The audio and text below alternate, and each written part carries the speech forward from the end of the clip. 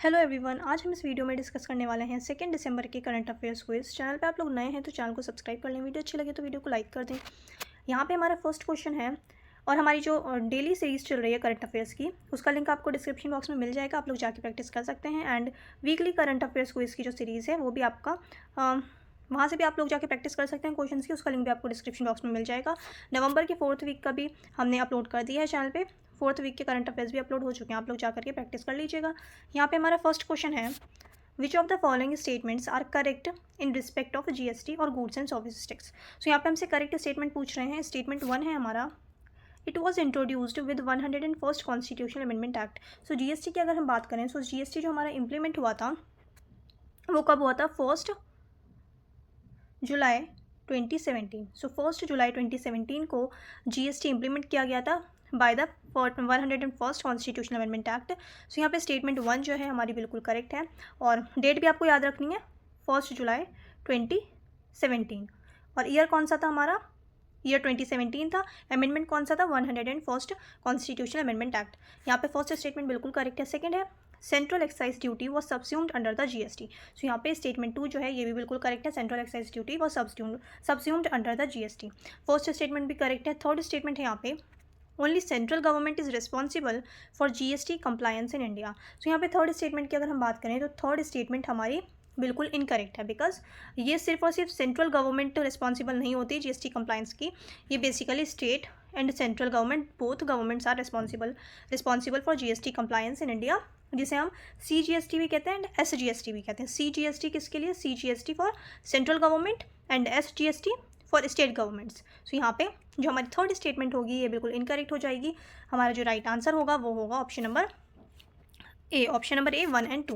1 and 2 is the right answer, 1 and 2 only. The next question is, consider the following with reference to the EVMs. So electronic voting machine से related यहाँ पे statements हैं, हमने बतानी है कौन C correct है। सो स्टेटमेंट 1 की अगर हम बात करें, ECI election commission of India is responsible for the use and regulations of EVMs in India. So यहाँ पे स्टेटमेंट 1 जो ये बिल्कुल करेक्ट है। EVM की अगर हम बात करें तो इसके रेगुलेशन के लिए, इसके यूज़ के लिए कौन सी जो है ऑर्गेनाइजेशन वो रिस्पॉन्सिबल है? सो election commission of India. So यहाँ पे स्टेटमेंट 1 जो होगी हमारी ये बिल्कुल करेक्ट स्टेटमेंट है। स्टेटमेंट 2 है, EVM was first introduced in India in Indian elections on trial basis in 2018। सो यहाँ पे स्टेटमेंट 2 बिल्कुल इनकरेक्ट है, बिकॉज फर्स्ट टाइम अगर हम बात करें कि फर्स्ट टाइम जो इंट्रोड्यूस्ड हुआ था EVM मशीन्स, वो बेसिकली कौन से इलेक्शन में हुआ था? वो केरला में बाई इलेक्शन था। और इस बाई इलेक्शन में, केरला के बाई इलेक्शन में 1982 में, आपको ईयर पता होना चाहिए, 1982 में फर्स्ट टाइम EVM जो है as a on a trial basis use किया गया था। फर्स्ट टाइम 1982 में। स्टेट कौन सा था? केरला में। और इलेक्शंस थे बाई इलेक्शन में 1982 में केरला में फर्स्ट टाइम EVM मशीन को यूज़ किया गया था। सो यहाँ पे जो स्टेटमेंट 2 होगी हमारी ये इनकरेक्ट हो जाएगी। फर्स्ट स्टेटमेंट बिल्कुल करेक्ट है। थर्ड स्टेटमेंट है, EVM is powered by battery operator system during an election. So यहाँ पे स्टेटमेंट 3 जो है ये भी हमारी बिल्कुल करेक्ट स्टेटमेंट है।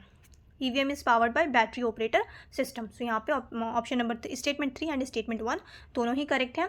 हमारा आंसर होगा 1 and 3, मतलब 2 स्टेटमेंट्स करेक्ट हैं। सो यहाँ पे होगा ओनली 2 करेक्ट पूछ रहे थे। सो जो आंसर होगा वो होगा only 2 is the right answer.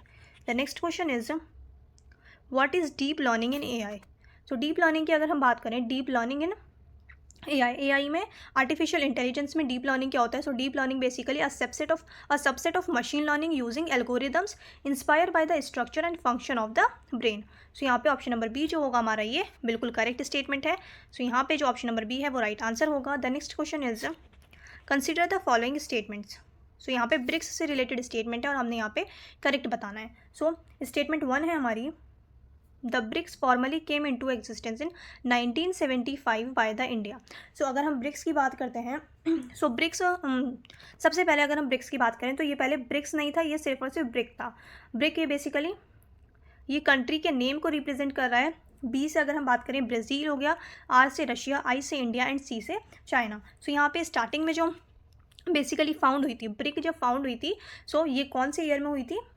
2006 में। 2006 में ये इंट्रोड्यूस हुई थी, एस्टैब्लिश हुई थी ऑर्गेनाइजेशन 2006 में। ये इकोनॉमिक एंड पॉलिटिकल कोऑपरेशन के लिए ऑर्गेनाइजेशन इस्टेब्लिश की गई थी और फॉर्मली जो इसका नाम था वो था ब्रिक। ब्रिक क्या था? BRIC। ये 4 कंट्रीज़ को रिप्रेजेंट कर रहा था, Brazil, Russia, India and China. और 1975 नहीं था, 2006 ईयर था। ईयर कौन सा था? 2006।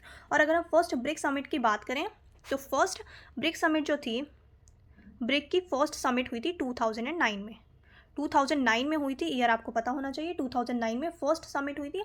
एंड अब ये ब्रिक जो है ये ब्रिक्स बन गया था 2010 में। 2010 में क्यों? बिकॉज साउथ अफ्रीका जो था वो 2010 में मेंबर बना था ब्रिक का। सो ब्रिक का उसमें एस ऐड कर दिया साउथ अफ्रीका का, तो Brazil, Russia, India, China and S से साउथ अफ्रीका। सो साउथ अफ्रीका इसका मेंबर बना था, ब्रिक्स का मेंबर बना था कब? 2010 में। सो यहाँ पे जो है हमारी स्टेटमेंट 1 क्या हो जाएगी? स्टेटमेंट 1 हमारी इनकरेक्ट हो जाएगी because BRICS formally came into existence in 2006। So यहाँ पे स्टेटमेंट 1 बिल्कुल इनकरेक्ट है। और सेकंड स्टेटमेंट है BRICS summit aims to discuss military alliances and strategic defence deals only. So यहाँ पे स्टेटमेंट 2 बिल्कुल इनकरेक्ट है बिकॉज मैंने आपको अभी बताया कि इकोनॉमिक एंड पॉलिटिकल कोऑपरेशन के लिए एस्टैब्लिशमेंट की गई थी इस ऑर्गेनाइजेशन की। सो यहाँ पे स्टेटमेंट हमसे करेक्ट पूछ रहे थे, कोई भी करेक्ट नहीं है, दोनों ही गलत स्टेटमेंट है। आंसर हो जाएगा हमारा neither 1 nor 2। So option number D जो होगा यहाँ पे हमारा राइट आंसर होगा option number D. The next question is consider the following with reference to the ASI archaeological survey of India. So archaeological survey of India से related यहाँ पे statement है। स्टेटमेंट 1 की अगर हम बात करें, John Marshall was the founder of the ASI। So John Marshall कह रहे हैं कि फाउंडर थे ASI के। बट अगर हम बात करते हैं आर्कियोलॉजिकल सर्वे ऑफ इंडिया, ये स्टैब्लिशमेंट कब हुई है, कौन से ईयर में हुई है? और archaeological survey of India establish हुआ है हमारा 1861 में। 1861 में archaeological survey of India establish हुआ है 1861 में। ईयर था हमारा 1861 बाय किसके थ्रू? Alexander Cunningham. फाउंडर कौन थे? Alexander Cunningham, sir Alexander Cunningham. So यहाँ पे स्टेटमेंट 1 जो होगी ये इनकरेक्ट हो जाएगी, जॉन मार्शल नहीं है, ये अलेक्जेंडर कनिंघम जो थे ये फाउंडर थे आर्कियोलॉजिकल सर्वे ऑफ इंडिया के, ना कि जॉन मार्शल। इस्टेब्लिशमेंट कौन से ईयर में हुई थी? 1861 में। सो यहाँ पे स्टेटमेंट 1 जो होगी हमारी ये इनकरेक्ट हो जाएगी। सेकेंड स्टेटमेंट है the main objective of the ASI is to excavate and preserve ancient monuments and sites. So यहाँ पे स्टेटमेंट 2 बिल्कुल करेक्ट है हमारी, बिल्कुल करेक्ट स्टेटमेंट है। मेन ऑब्जेक्टिव क्या होता है ASI का? ASI का मेन ऑब्जेक्टिव होता है प्रिजर्व करना, एक्सकेवेट करके प्रिजर्व करना एंशिएंट मॉन्यूमेंट्स को एंड साइट्स को। सो यहाँ पे स्टेटमेंट 2 हमारी बिल्कुल करेक्ट है।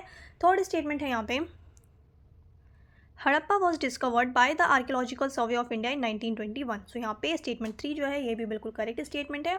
एंड स्टेटमेंट 2 जो है ये भी बिल्कुल करेक्ट है। स्टेटमेंट 1 इनकरेक्ट है, जॉन मार्शल नहीं थे, अलेक्जेंडर कनिंघम ने फाउंड की थी ASI 1861 में। सो यहाँ पे हमसे करेक्ट पूछ रहे थे, आंसर होगा only 2।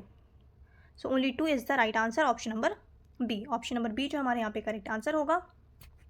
The next question is section 218 of the Bharatiya Nagarik Suraksha Sanhita 2023 deals with. So section 218 की बात करें हम BNSS की, भारतीय नागरिक सुरक्षा संहिता की, सो ये किससे रिलेटेड है? ये बेसिकली रिलेटेड है offences related to police personnel. So option number C जो होगा यहाँ पे हमारा राइट आंसर होगा section 218 related to offences related to police personnel. So option number C जो यहाँ पे हमारा राइट आंसर है। The next question is consider the following statements regarding repo rate. So repo rate से रिलेटेड यहाँ पे statement है the repo rate is the interest rate at which the RBI lends money to commercial banks. So यहाँ पे statement 1 की बात करें तो स्टेटमेंट 1 हमारी बिल्कुल करेक्ट है। रेपो रेट क्या होता है? बेसिकली इंटरेस्ट रेट होता है जिसपे RBI लेंड करता है मनी किसी कमर्शियल बैंक्स को। सो यहाँ पे स्टेटमेंट 1 जो है ये बिल्कुल करेक्ट स्टेटमेंट है हमारी। यहाँ हमसे करेक्ट पूछ रहे थे तो स्टेटमेंट 1 हमारी करेक्ट है। सेकंड स्टेटमेंट की अगर हम बात करें, an increase in the repo rate typically makes borrowing cheaper for business and individuals pointing towards a contractionary monetary policy. So यहाँ पे स्टेटमेंट 2 हमारी इनकरेक्ट हो जाएगी बिकॉज यहाँ पे कह रहे हैं कि जब रेपो रेट इंक्रीज होता है तो बोरोइंग्स जो होती है वो चीपर हो जाती है बिजनेसेस के लिए एंड इंडिविजुअल्स के लिए, बट ऐसा नहीं है। अगर इंक्रीज हो जाता है रेपो रेट तो बोरोइंग्स में बहुत ज़्यादा डिफिकल्टीज आती हैं। सो यहाँ पे इंक्रीज नहीं होगा, यहाँ पे डिक्रीज होगा। अगर डिक्रीज होता है रेपो रेट तब बोरोइंग चीपर हो जाती है बिजनेसेस के लिए एंड इंडिविजुअल्स के लिए। दैट्स वाई यहाँ पे स्टेटमेंट 2 जो है हमारी ये इनकरेक्ट हो जाएगी। हमसे यहाँ पे करेक्ट पूछ रहे थे, आंसर होगा only 1। So option number A जो है हमारा यहाँ पे राइट आंसर है, only 1। The next question is consider the following statements regarding Ajmer Sharif Dargah. So Ajmer Sharif Dargah से रिलेटेड यहाँ पे स्टेटमेंट है। स्टेटमेंट 1 की अगर हम बात करें the dargah is dedicated to the Sufi saint Khwaja Moinuddin Chishti. So यहाँ पे स्टेटमेंट 1 बिल्कुल करेक्ट है। ये दरगाह जो है अजमेर शरीफ दरगाह, ये कौन से सूफी सेंट से रिलेट करता है, कौन से सूफी सेंट को डेडिकेट करता है? सो ये ख्वाजा मोइनुद्दीन चिश्ती की जो है दरगाह है, अजमेर शरीफ दरगाह। सेकेंड स्टेटमेंट है यहाँ पे, the Urs festival commemorating the death anniversary of Khwaja Moinuddin Chishti is one of the most prominent events held at the दरगाह। तो सेकेंड स्टेटमेंट जो है ये भी बिल्कुल करेक्ट स्टेटमेंट है। उरुस फेस्टिवल जो है ये बेसिकली जो ख्वाजा मोइनुद्दीन चिश्ती की डेथ एनिवर्सरी है उस दिन ये उरुस फेस्टिवल होता है कहाँ? दरगाह पे, अजमेर शरीफ दरगाह में। सो यहाँ पे स्टेटमेंट 2 जो है ये भी बिल्कुल करेक्ट है। स्टेटमेंट 1 जो है ये भी बिल्कुल करेक्ट है। यहाँ से करेक्ट पूछ रहे थे, आंसर होगा both 1 and 2। So option number C जो यहाँ पे हमारा राइट आंसर होगा both 1 and 2। The next question is, consider the following statements regarding Khwaja Moinuddin Chishti. So Khwaja Moinuddin Chishti से रिलेटेड यहाँ पे स्टेटमेंट्स हैं। स्टेटमेंट 1 की बात करें, he was a prominent Sufi saint who introduced the Chishti order in India. सो स्टेटमेंट 1 हमारी बिल्कुल करेक्ट है। ये एक प्रोमिनेंट सूफी सेंट थे जिन्होंने इंट्रोड्यूस किया चिश्ती ऑर्डर को इंडिया में। सो यहाँ पे स्टेटमेंट 1 हमारी बिल्कुल करेक्ट है। सेकेंड स्टेटमेंट है, his shrine in Ajmer is a major pilgrimage site for people of all faiths. So यहाँ पे स्टेटमेंट 2 जो है ये भी बिल्कुल करेक्ट है। अभी से नहीं, ये जब से इनकी दरगाह बनी है या फिर ये जब हयात से थे तब भी क्या होता था कि सारे फेथ के लोग इनके पास जाते थे।